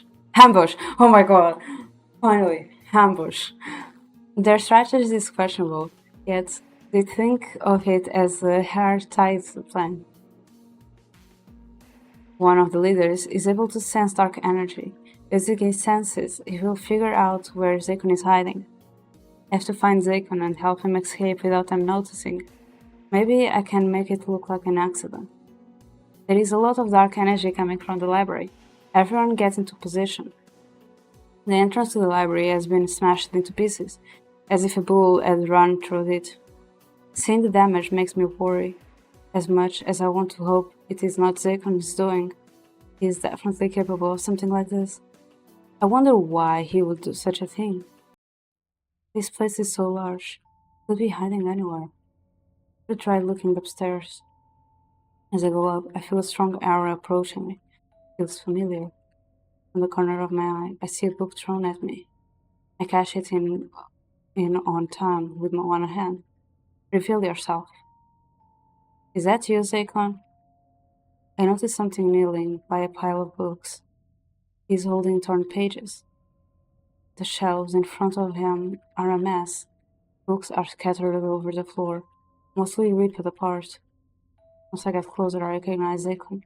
However, there is a dark aura surrounding him, thicker than before. Does he still recognize me? I remember his dislike of being approached from behind. I make sure to stay in his line of sight as I slowly move towards him. Zakon, what are you doing here? His gaze shifts to me after hearing my voice. I reply. A soft growl leaves his mouth. He replies softly. Why are you tearing those books apart? Pages burn up in flames in his hands. Within seconds, they vanish into thin air. He stands up and turns to me. Come, let's get out of here. There are priests in the library. They're detecting their presence and want to get rid of you. We should. They constantly closes his descent and grabs me by the shoulders. I look up at his expression. It's a mix of sadness and anger. I cannot tell if that expression reflects his own feelings, or that the evil spirit is taking over his body. Or is my existence. If all I bring is calamity and death, then I'm better off forgotten. You know that's not true. I hate this library. Rumors won't end as long as people remember. Don't do this, Icon. Perhaps I should end this myself. Where are the four spirits? I need to. Icon, don't tell me you're planning to raise them. You'll die. This village will be at peace without me. You've done nothing wrong. Why would you give up your life just because people point their fingers blindly? Please don't leave. My vision turns blurry as I clench his aura. At the same time, his grip around my shoulders loosens. The black mass on his body swirls around my hands, or suddenly dispersing. Voices are coming closer, and as priests are heading in our direction, I sense more dark energy coming from upstairs. Look, you took the girl hostage. Everyone, hurry, over here. Wait, this is a misunderstanding. Dagon pulls away from me and glares at the priests gathering around us. They block our way to the stairs. As a priest starts chanting, Dagon sprints to the balcony. I quickly grab his hand to stop him, but instead get pulled along as he jumps over the railing. The shock in his eyes is another experience I never thought to see. I'm sorry that I failed to protect you, but you can't die without learning that there are people who care about you. As I speak, it feels like time has slowed down. I pull myself closer to Zakon. Razumi did, in fact, change our clothes, though. When we are face to face, I gently press my lips on his. I observe black mass dispersing around his body. His eyes are clear as he looks at me. My action catches him off guard, but he lets me guide the movements. Our bodies float in air, surrounded by spirit lights. A fall that should have taken seconds feels like an eternity. When I open my eyes, we are already on the ground. Faint strings of light around us. They must have used them to soften our landing. I hear people running to us. I insensibly look at them. What happened? How did they get away without a scratch? Cares, keep chanting. We won't let it go. When I turn to Zakon, he has already escaped. Well, are you okay? I didn't do something to you, right? Don't worry about me, I'm fine. Well, get some rest. We'll take over. I keep telling you not to go after him. The demon is corrupted by evil spirits. You should help him instead of driving him away. You don't even know anything about him. Hurry up before we lose track of him. I try to convince them, but none of them even bat an eye. I realize it is useless attempt. Moreover, their hatred had grown worse after what happened here. The situation almost feels hopeless, but I still ponder over what I can do. I touch my lips and realize something. Back then, when we kissed, were the spirits responding to my touch? I can save him with the power of hugs and kisses.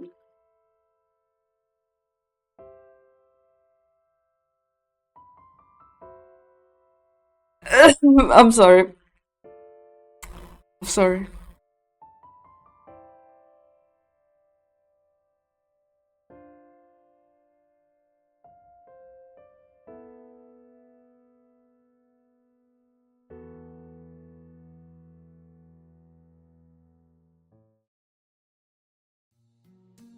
On my way to the forest, I encounter Razumi. How is your progress? You are all right. Am I? I avoid her gaze.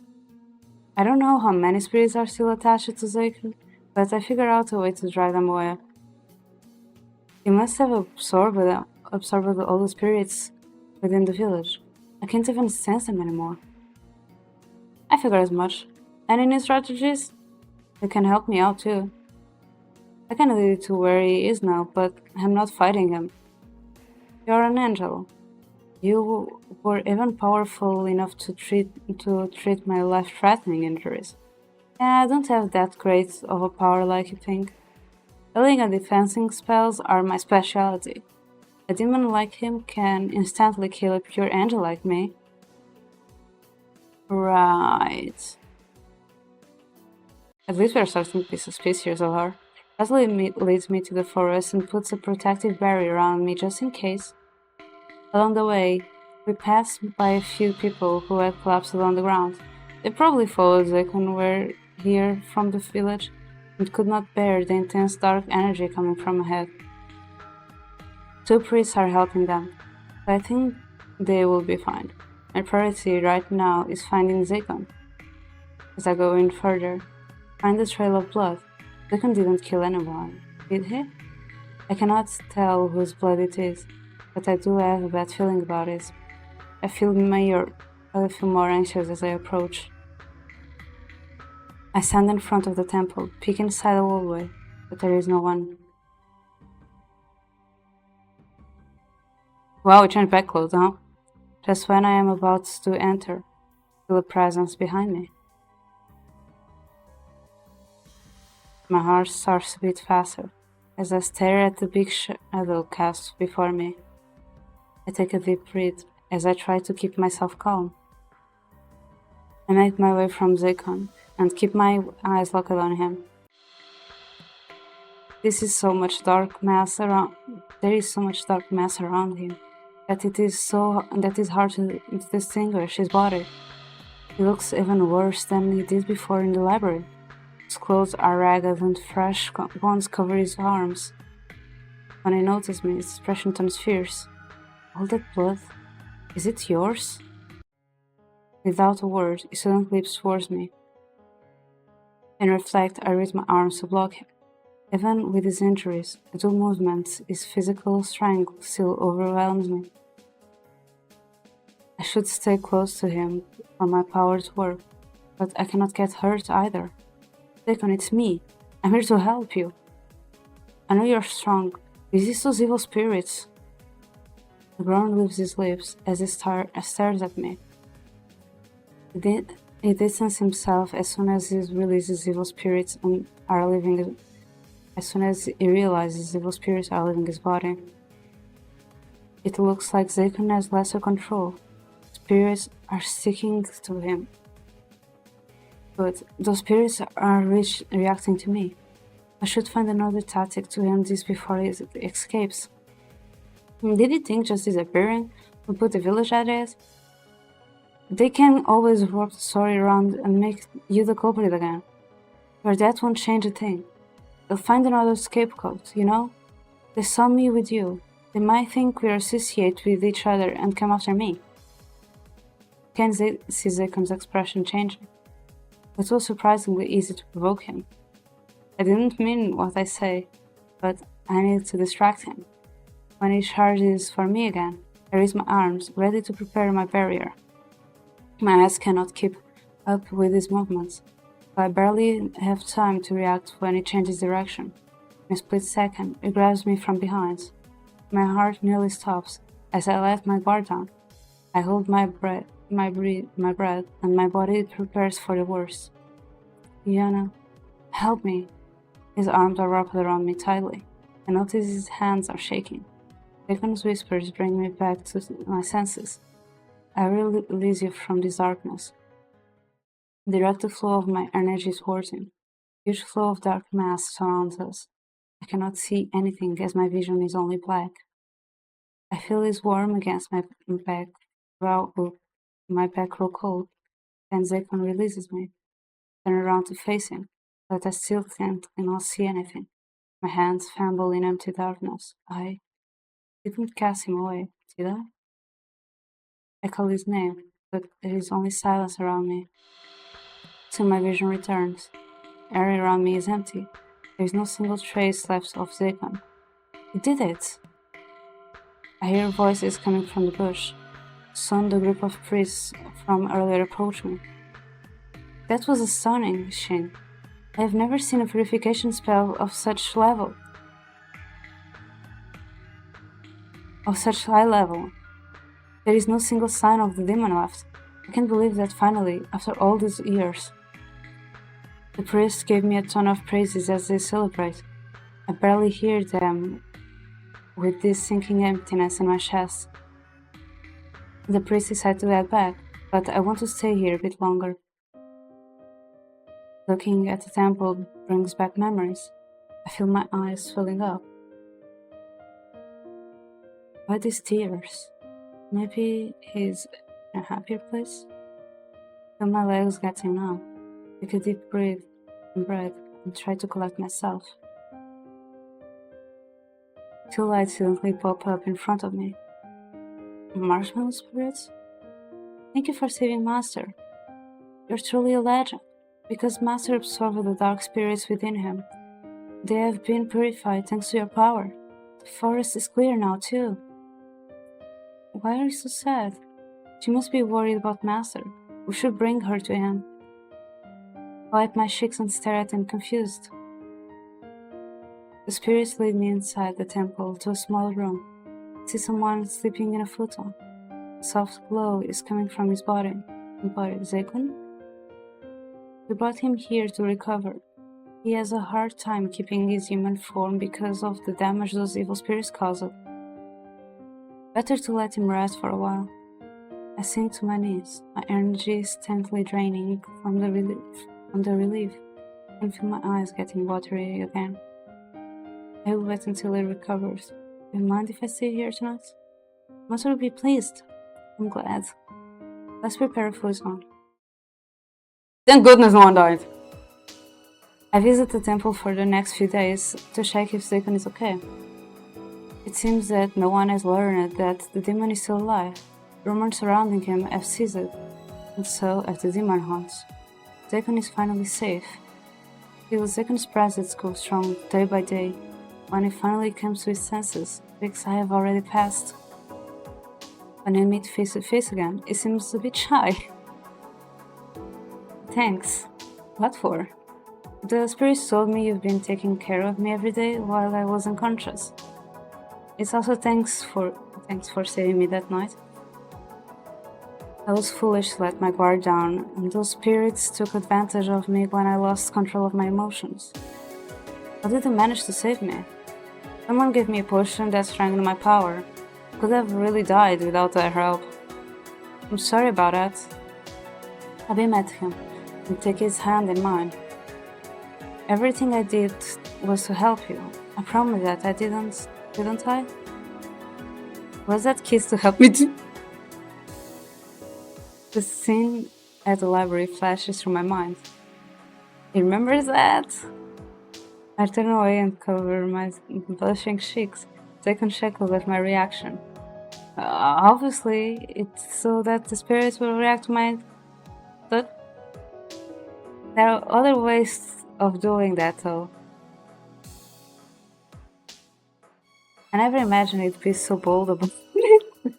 Well, not that I mind. I like this. I feel even more flustered after his words. Wasn't that obvious? I can't be sure unless you say it. Never ask it. His expression brightens up, and he chuckles at my reaction. I cannot help but giggle at our conversation. In some ways, we are similar. Our days continue peacefully. The orgy has been keeping me updated about what is going on in the village. They have been rebuilding the library after what happened. A whole section of old articles has been destroyed. Its appearance and deaths have stopped since the night I purified the spirits. Most of the missing people have slowly been returning, and investigations are progressing. Since the testimonies of the priests were not exactly credible, the police chalked it up to failed Osage attempts and left it at that. Razumi has been trying to help out with finding people too. Even though she's not fond of demons, she occasionally asks me about Seiko. Many spirits were armored during the night.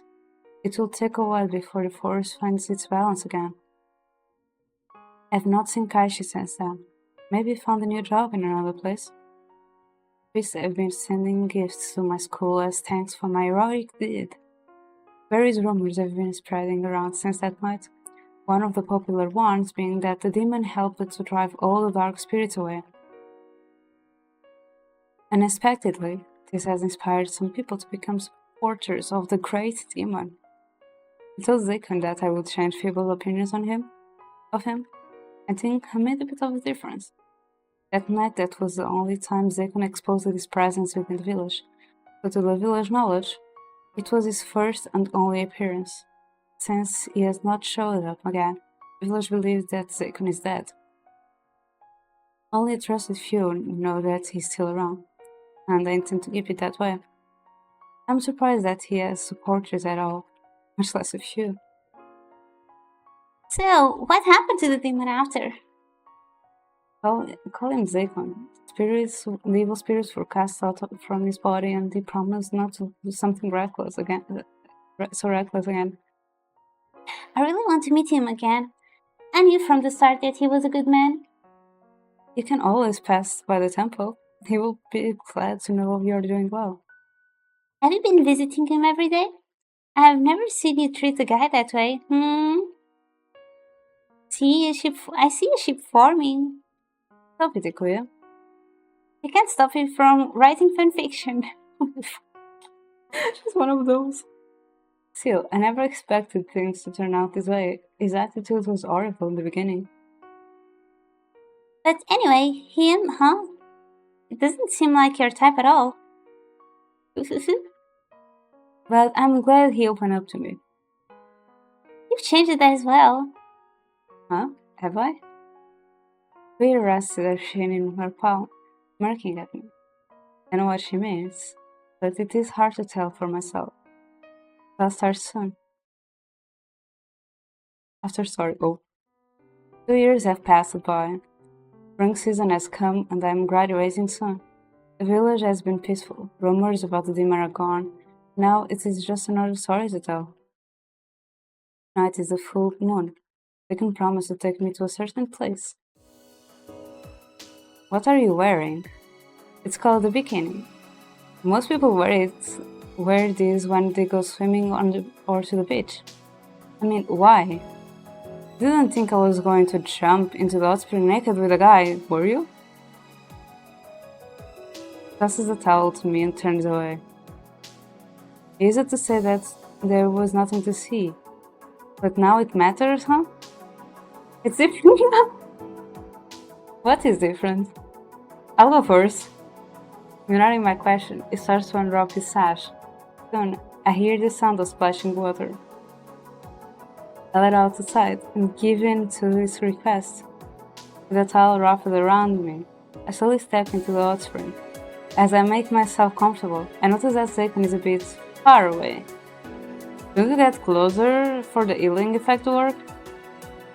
You're not even injured. I pout as I stare at him. He only closes his eyes. He spent a while with distance between us.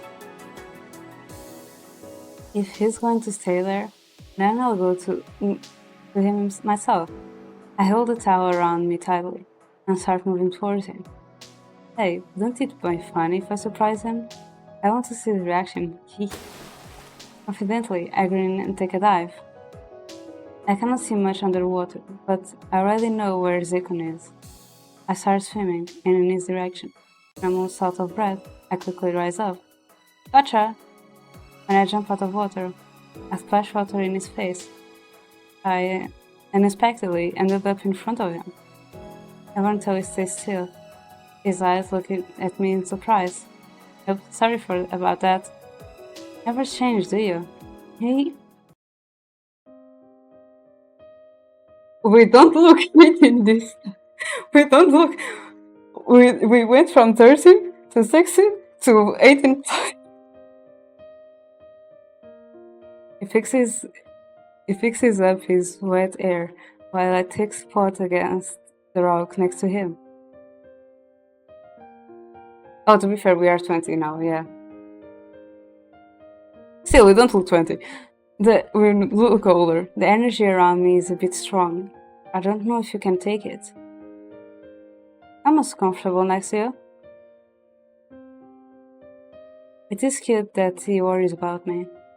I'm perfectly fine, but you are a different case.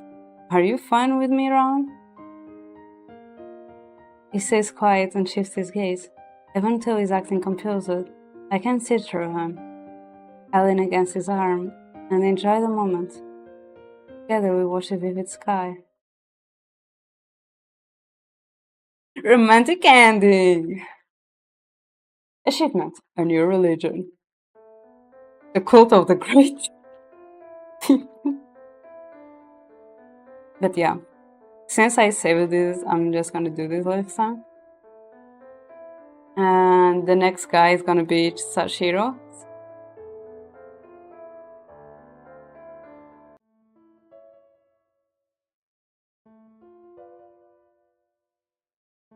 I don't want to start it yet. So I'm just gonna, I'm gonna end stream here though. I don't want to start Sashiro already. I want to do like one per time thing.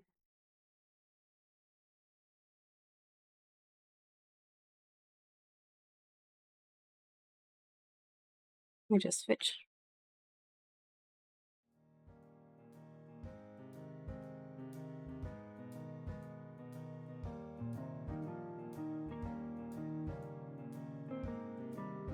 Okay.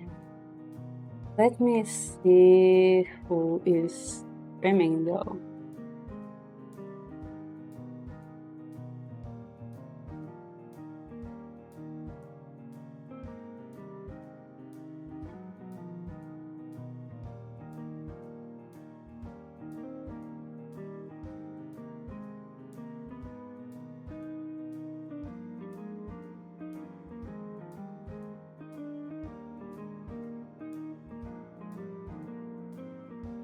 Maybe Scotty's.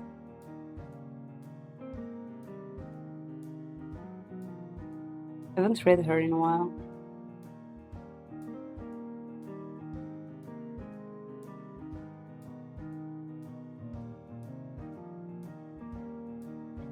Yeah, we can read Scotty. I haven't read her in a while.